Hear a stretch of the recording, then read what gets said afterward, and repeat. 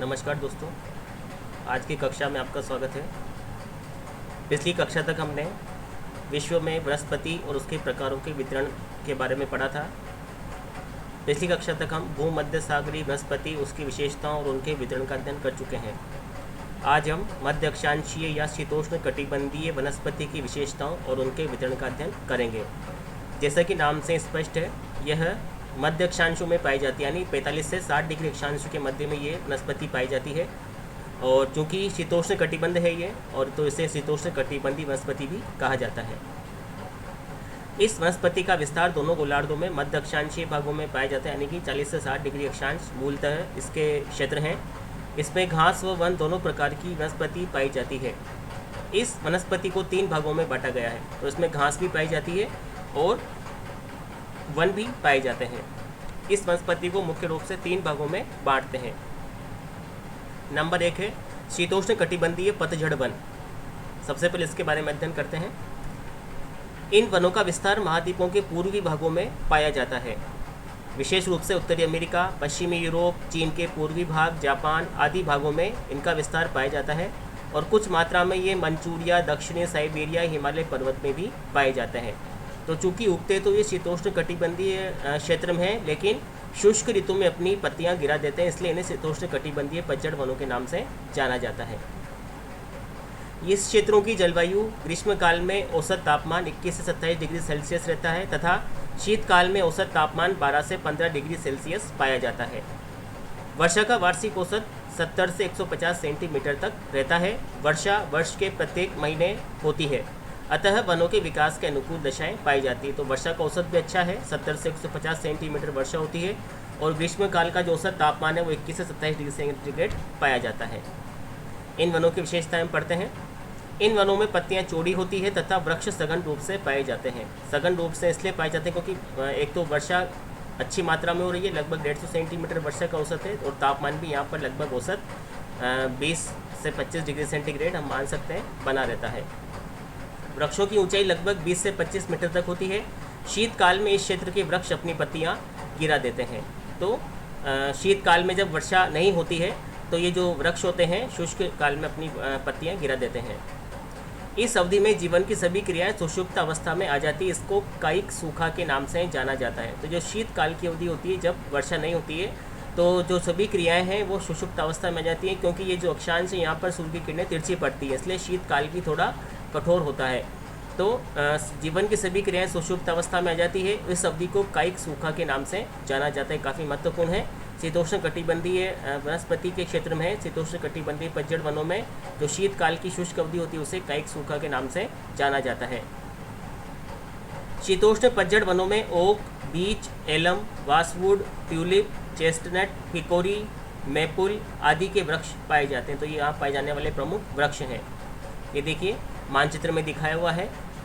America, उत्तर America महाद्वीप का ये जो दक्षिण पूर्व का हिस्सा है, यहाँ पर यूरोप वाला जो हिस्सा है, यूरोप महाद्वीप का, इसमें फ्रांस है, जर्मनी है, ये सारे हिस्से जो देश हैं इसमें आ गए। चीन का दक्षिण पूर्वी भाग, ये देखिए आप इधर से जो दक्षिण अमेरिका का ये पश्चिमी तट है, यहाँ पर दक्षिण अफ्रीका का पूर्वी भाग, इन सभी भागों में शीतोष्ण कटिबंधीय पतझड़ वन पाए जाते हैं। तो इनकी मुख्य विशेषता ये है कि एक तो इनकी ऊंचाई 20 से 25 सेंटीमीटर तक होती है। दूसरा, ये शुष्क शीत ऋतु में अपनी पत्तियां गिरा देते हैं, जिसे कायिक सूखे के नाम से जाना जाता है। और मुख्य रूप से ये वन मध्य अक्षांशों में 40 से 60 डिग्री अक्षांशों के बीच में देखने को मिलते हैं। इसके बाद है शीतोष्ण कटिबंधीय घास क्षेत्र।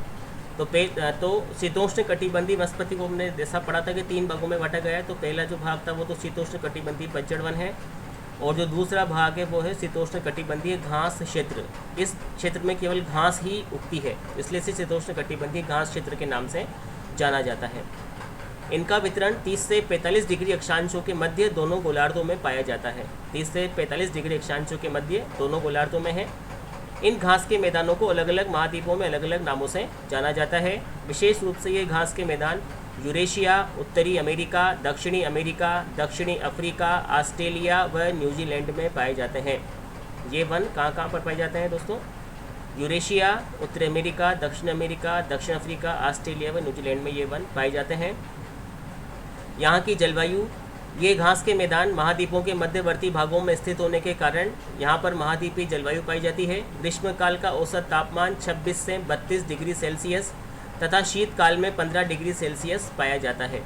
ग्रीष्मकाल का जो औसत तापमान है वो 26 से 32 डिग्री सेल्सियस होता है तथा शीतकाल का 15 डिग्री सेल्सियस रहता है।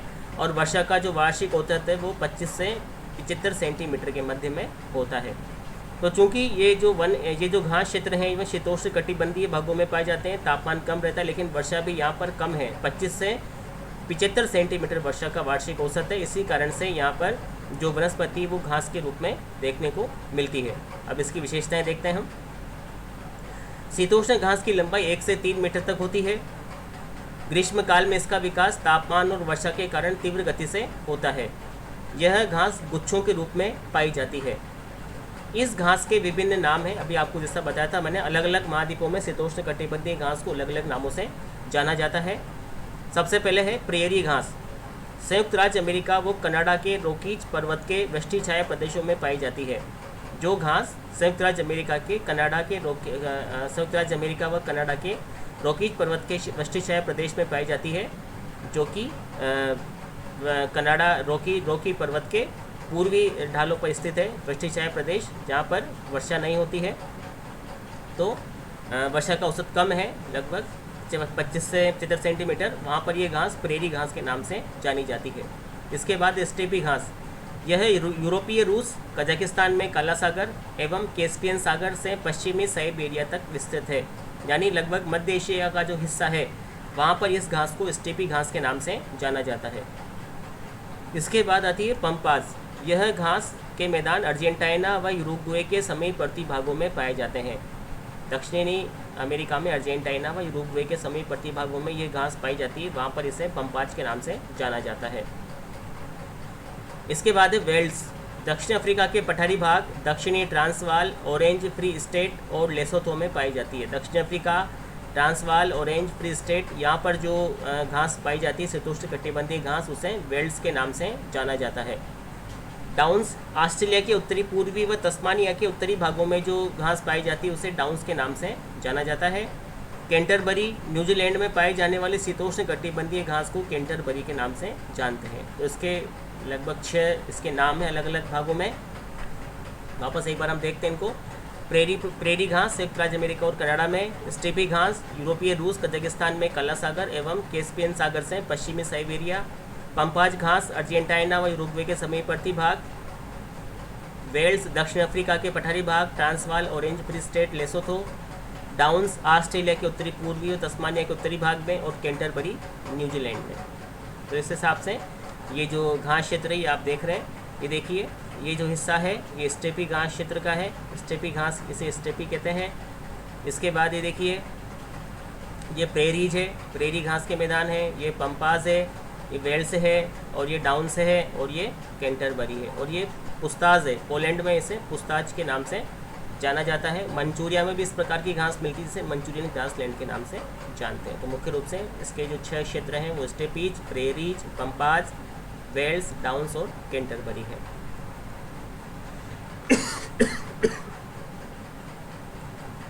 इसके पश्चात हम शीतोष्ण कटिबंधीय कोणधारी या टेगा वनों का अध्ययन करेंगे। तो शीतोष्ण कोणधारी वन या टेगा वन, जो हमने तीन इसके हिस्से किए थे। तो पहला तो हो गया शीतोष्ण कटिबंधीय पतझड़ वन, दूसरा शीतोष्ण कटिबंधीय घास के मैदान, और तीसरा शीतोष्ण कटिबंधीय कोणधारी या टेगा वन। सबसे पहले इनका वितरण देखते हैं। टेगा वनों का विस्तार केवल उत्तरी गोलार्ध में ही पाया जाता है। इसका कारण ये है कि दक्षिणी गोलार्ध में जहाँ पर ये जिन अक्षांशों में ये वन पाए जाते हैं, दक्षिणी गोलार्ध में वहाँ पर जल पाया जाता है, स्थल जलीय भाग अधिक, इसलिए इनका विस्तार के लिए उत्तरी गोलार्ध में पाया जाता है। काफ़ी महत्वपूर्ण है। ऑब्जेक्टिव प्रश्न यहाँ से बनता है कि निम्न में से किस प्रकार की वनस्पति या वनों का विस्तार केवल उत्तरी गोलार्ध में ही देखने को मिलता है। तो शीतोष्ण कटिबंधीय कोणधारी या टेगा वन ऐसे हैं जिनका विस्तार केवल उत्तरी गोलार्ध में ही पाया जाता है। ये वन उत्तरी अमेरिका के कनाडा, अलास्का, ग्रीनलैंड तथा यूरोप के उत्तरी भाग और साइबेरिया में पाए जाते हैं। तो उत्तरी जो क्षेत्र हैं 60 डिग्री से उत्तर वाले भाग हैं, इसमें कनाडा है, अलास्का है, ग्रीनलैंड है व साइबेरिया और यूरोप के उत्तरी भागों में ये वन पाए जाते हैं। यहाँ की जलवायु हम देखते हैं। इस क्षेत्र में शीतकाल की ऋतु की अवधि लंबी पाई जाती है, क्योंकि 60 डिग्री से ऊपर हम चले गए हैं तो वहाँ पर सूर्य की किरणें वर्ष भर तिरछी पड़ती हैं, इस कारण से वहाँ पर जो शीतकाल की अवधि है वो लंबी होती है। शीतकाल में थोड़ा बहुत हिमपात होता है। ग्रीष्म अवधि केवल 3 से 4 महीने की होती है तथा वर्ष के लगभग 8 से 9 महीने शीत ऋतु पाई जाती है। थोड़ी बहुत जो वर्षा होती है वो ग्रीष्मकाल में होती है, 25 से 100 सेंटीमीटर। ग्रीष्मकाल का औसत तापमान 6 डिग्री सेल्सियस पाया जाता है और जो लगभग 8 से 9 महीने शीतकाल के हैं उनमें सदैव तापमान हिमांक से नीचे ही रहता है। इसकी विशेषताएं क्या हैं? इन वनों को बोरियल वन भी कहते हैं, काफ़ी अधिक महत्वपूर्ण है, कई बार पूछा गया है। बोरियल वन किसे कहते हैं? शीतोष्ण कटिबंधीय जो टेगा वन है उन्हें बोरियल वनों के नाम से भी जाना जाता है। इन वृक्षों की पत्तियां नुकीली होती है, इसे कोणधारी वन भी कहते हैं। इनका दूसरा नाम है कोणधारी वन, शीतोष्ण कटिबंधीय कोणधारी वन या टेगा वन। पत्तियां नुकीली होने से बर्फ पेड़ों पर नहीं टिकती है। नुकीली पत्तियां होती है तो जो बर्फ होती है वो फिसल करके नीचे आ जाती है तथा ये नुकीली पत्तियां आर्द्रता को भी बनाए रखती है, यानी जो इनमें वाष्पोत्सर्जन होता है उसकी मात्रा को भी नियंत्रित रखती है। कोणधारी वनों में स्प्रूस, फर, लार्च, एल्डर, बर्च, बेतुला, पॉपुलर आदि के वृक्ष इसमें पाए जाते हैं। कनाडा व यूरेशिया के शीतोष्ण कटिबंधीय भागों में टेगा वनों का अधिकतम विस्तार पाया जाता है। कनाडा और यूरेशिया के शीतोष्ण कटिबंधीय भाग हैं 60 डिग्री से उत्तर वाले, उनमें टेगा वनों का विस्तार अधिकतम है। कनाडा में लकड़ी के व्यवसाय को लंबरिंग कहते हैं। ये जो वन होते हैं इनकी लकड़ी मुलायम होती है तो लकड़ी का व्यवसाय यहाँ पर काफ़ी अधिक है पाया जाता है। कनाडा में इसे लंबरिंग कहते हैं तथा इस व्यवसाय में लगे हुए लोगों को लंबरजेक कहा जाता है, ये भी काफ़ी महत्वपूर्ण है। शीतोष्ण कटिबंधीय कोणधारी वनों के क्षेत्र में जो लकड़ी का व्यवसाय है उसे लंबरिंग तथा इस व्यवसाय में लगे लोगों को लंबरजेक के नाम से जाना जाता है। ये देखिए टेगा वनस्पति का विस्तार, ये जो कनाडा है इसका उत्तरी भाग, अलास्का और साइबेरिया के उत्तरी भागों में पाया जाता है। ये लगभग 60 डिग्री से उत्तर वाले हिस्से हैं। इसके पश्चात हम टुंड्रा वनों का अध्ययन करेंगे। टुंड्रा वन भी केवल उत्तरी गोलार्ध के आर्कटिक भागों में पाए जाते हैं। कनाडा के उत्तरी भाग, यूरेशिया के उत्तरी भाग व ग्रीनलैंड के तटवर्ती भागों में जो ये टुंड्रा वन है ये पाए जाते हैं।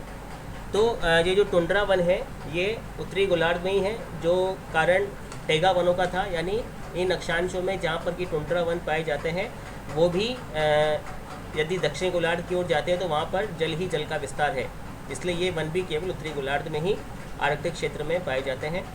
कनाडा के उत्तरी भाग, यूरेशिया के उत्तरी भाग व ग्रीनलैंड के तटवर्ती भागों में टुंड्रा वनों का विस्तार पाया जाता है। यहाँ की जलवायु संपूर्ण भाग हिमाच्छादित रहता है, क्योंकि लगभग 70 डिग्री से ऊपर वाला हिस्सा आ गया है तो सूर्य की किरणें वर्ष भर काफ़ी अधिक तिरछी पड़ती है। हिमाच्छादित भाग रहता है, तापमान हिमांक से नीचे रहता है और वर्षा 40 सेंटीमीटर होती है और वो भी हिमपात के रूप में होती है। लंबी शीत ऋतु के कारण केवल बांस, शैवाल, नरकुल, काई जैसी छोटी घास वाली वनस्पति पाई जाती है।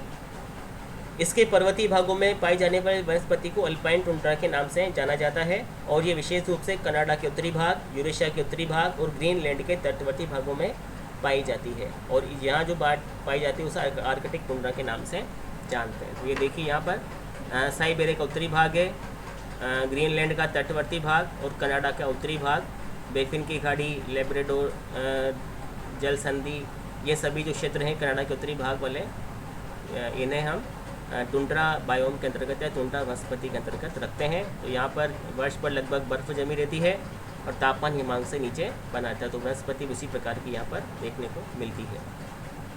इसके बाद हम आते हैं मरुस्थलीय वनस्पति पर। मरुस्थलीय वनस्पति विश्व के लगभग सभी प्रमुख मरुस्थलीय भागों में पाई जाती है और जो मरुस्थलीय जलवायु है वो महाद्वीपों के पश्चिमी भागों में 20 से 30 डिग्री अक्षांश के मध्य में मिलती है। ये भी काफ़ी महत्वपूर्ण है। हमने जब जलवायु प्रदेशों के बारे में पढ़ा था तब इसका अध्ययन किया था। विश्व में जो मरुस्थलीय जलवायु है 20 से 30 डिग्री अक्षांशों के मध्य महाद्वीपों के पश्चिमी भागों में दोनों गोलार्धों में पाई जाती है। तो जितने भी मुख्य मरुस्थल हैं जैसे अफ्रीका का कालाहारी है, सहारा है, एशिया का थार है, अरब का मरुस्थल है, सिक्यांग है, मंगोलिया है, यूएसए में कोलोराडो का सोनोरान मरुस्थल है, दक्षिण अमेरिका के अटाकामा व पीरू के मरुस्थल हैं, ऑस्ट्रेलिया का मान मरुस्थल है। इन सभी भागों में मरुस्थलीय वनस्पति देखने को मिलती है।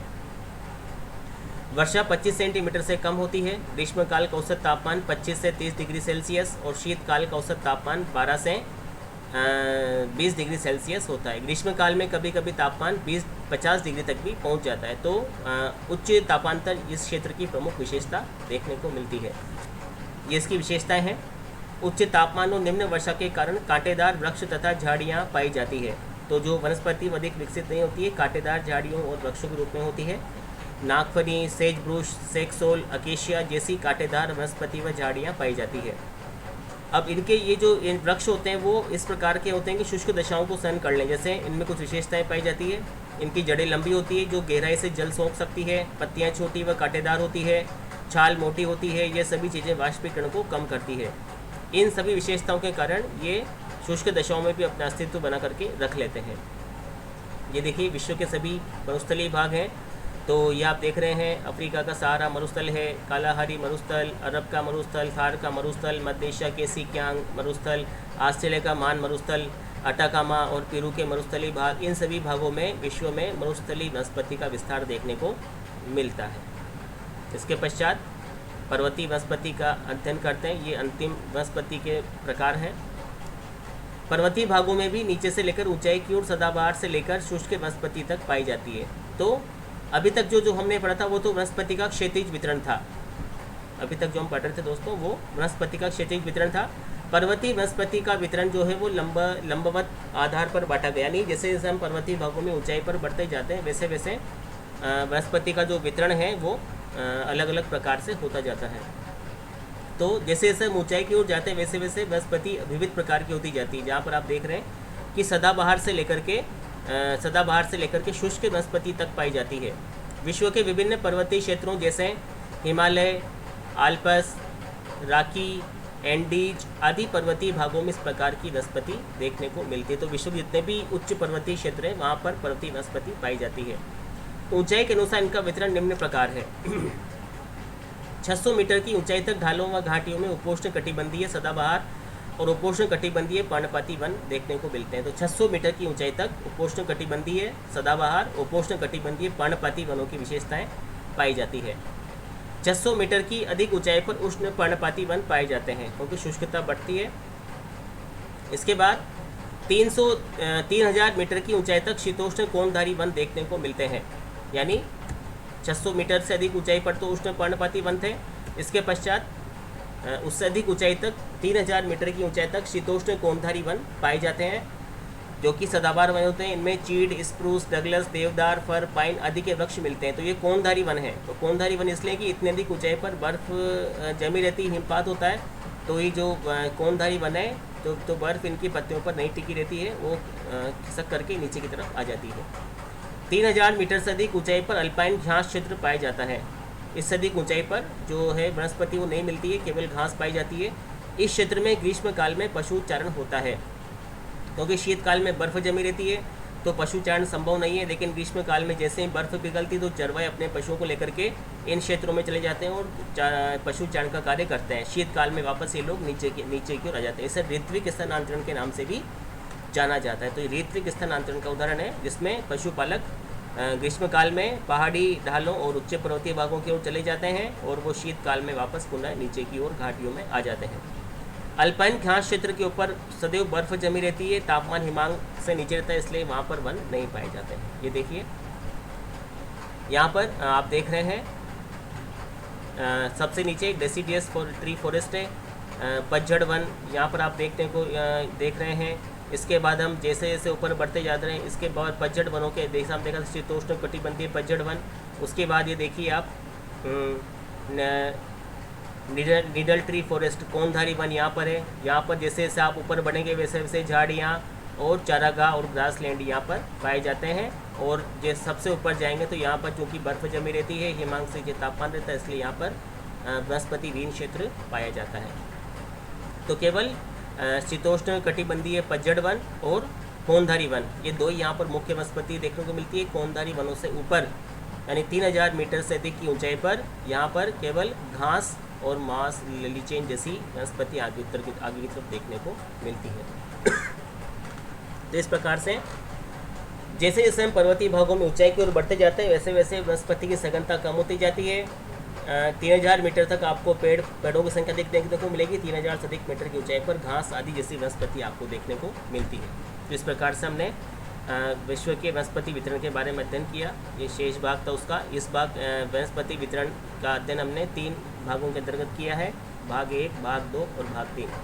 अगर आपको वीडियो को ज़रूर लाइक, शेयर और सब्सक्राइब करना न भूलें। धन्यवाद।